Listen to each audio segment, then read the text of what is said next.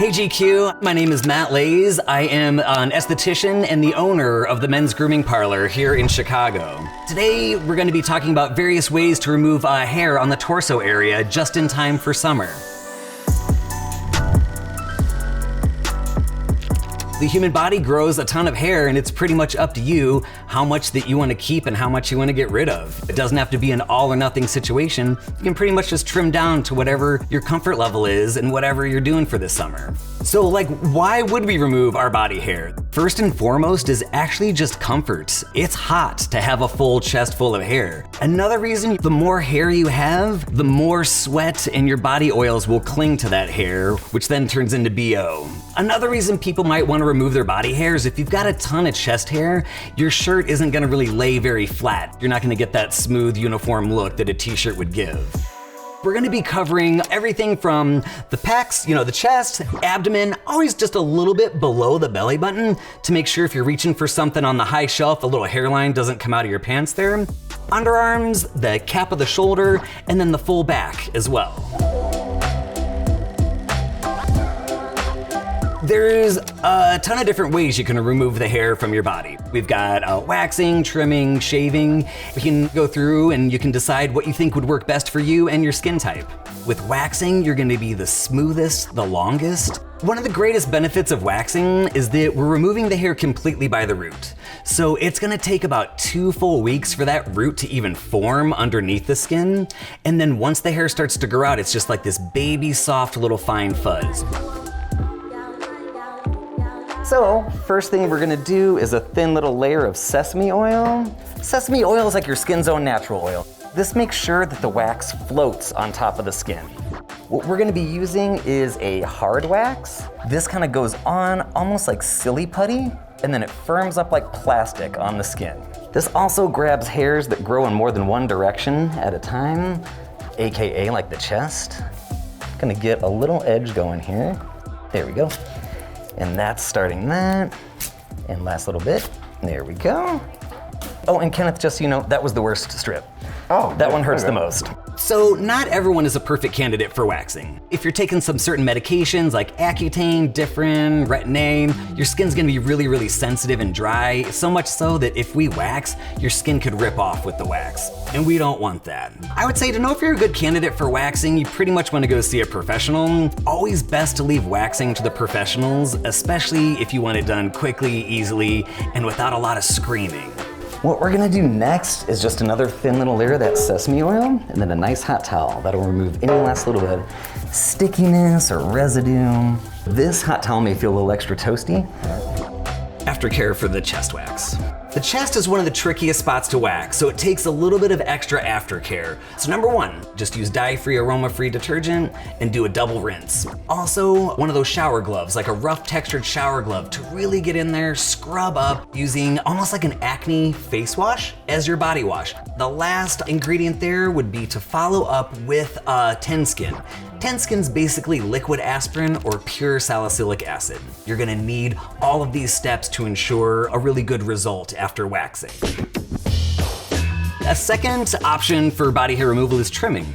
A lot of my clients come to me, with like a big, full, hairy chest. They're hot, they're sweaty, it's getting a lot of bacteria, it's stinky, but they don't really want to be smooth. They don't want to look like they're in a boy band or something. You can just trim the hair down. You can just thin it out so it's not quite so bulky, so that your shirt will lay flat. Trimming is probably the fastest, quickest, easiest, and lowest cost as well. Tools you need for trimming? Number one is your trimmers, or what are in the industry called edgers. I love the Wall Peanut. I have used this consistently. I've tried all the new fun gadgets and things, and I always come back to this one. You need a little brush, because you need to clean out those trimmers about every 2 passes. If they keep getting gunked up with your hair and you keep going, you're not really cutting anything. So you gotta clear out the trimmers about every other strip. And then number 3, most importantly, you need some newspaper. You're gonna wanna lay newspaper down so that all your trimming falls onto that, then you just crumple it up and throw it away. When starting to trim the chest, we're gonna take those wall clippers, we're gonna use the smallest guard that comes with that. You're gonna wanna trim in the direction the hair grows. So the chest grows in like this, then up like this, and then down over the pecs, and now the stomach grows in like this. A lot of my clients, like they say, oh no, I trimmed my chest once. I hated it, it was so itchy and prickly. So the reason it itches is because when we have that hair shaft, you cut it off here, it's still pretty sharp. And so these sharp little hairs, they poke through your t-shirt. And so like when you're walking around and your shirt's moving, it's wiggling each little hair like that. Quick, easy fix. All you do is after you trim, go ahead, take the hottest shower that you can stand, getting like a little exfoliating glove, and then scrub, scrub, scrub. Really, really exfoliate all the hairs that you just trimmed. That heat will soften the hair. The exfoliation will kind of take that blunted edge and kind of dome it. It almost like rounds it off, so it can't poke through the fabric of your clothing.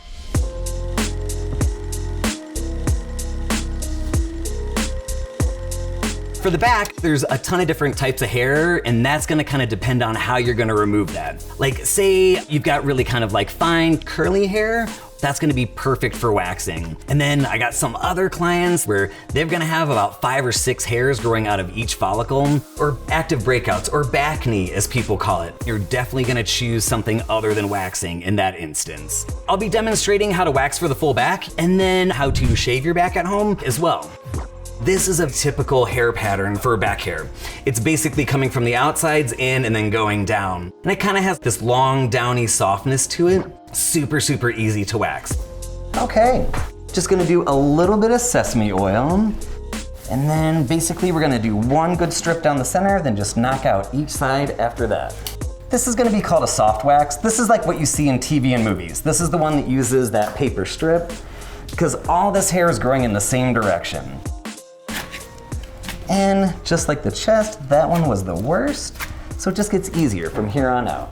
I always say the good thing about waxing pain is it's really quick. By the time you say your favorite curse word, it's pretty much done.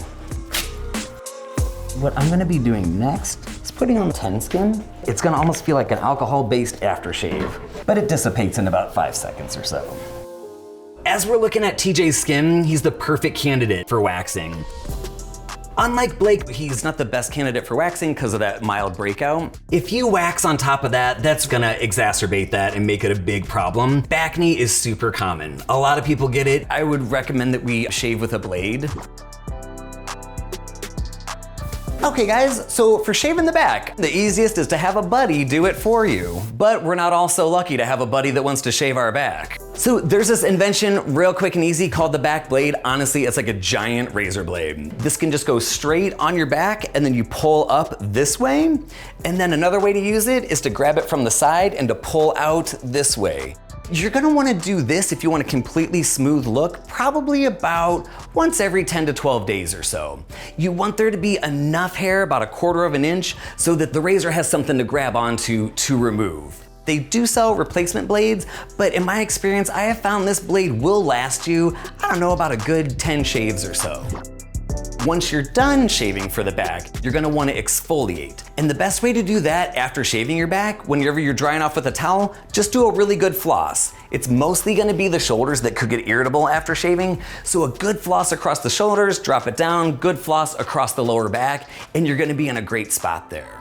I've got tons of clients, they've like shaved once, and they're like, oh man, it broke out like crazy, I'll never do it again. And that's a really quick, easy fix. A couple things you wanna keep in mind. Use a brand new razor every single time you shave. Also, it's the prep work. First, you just wanna make sure you take a nice hot shower so that all that hair is nice and softened up. When you're using a razor, either on your face or on your body, if you hear that like noise, like 2 pieces of sandpaper rubbing against each other, that just means that the blade is going halfway in and then snapping the hair the rest of the way off. Now you have this jagged, irregular edge, and that can grow in any weird different direction, usually back into the skin. So if the hair is nice and hot and has some shaving medium, it just glides right through, you don't hear anything.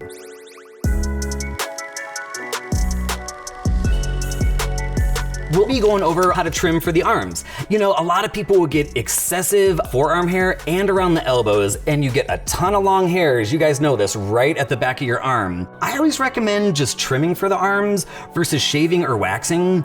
There's something that kind of happens when the arms are completely hairless. There's many clients where after I've waxed their arms, they're like, oh yeah, dude, you were right.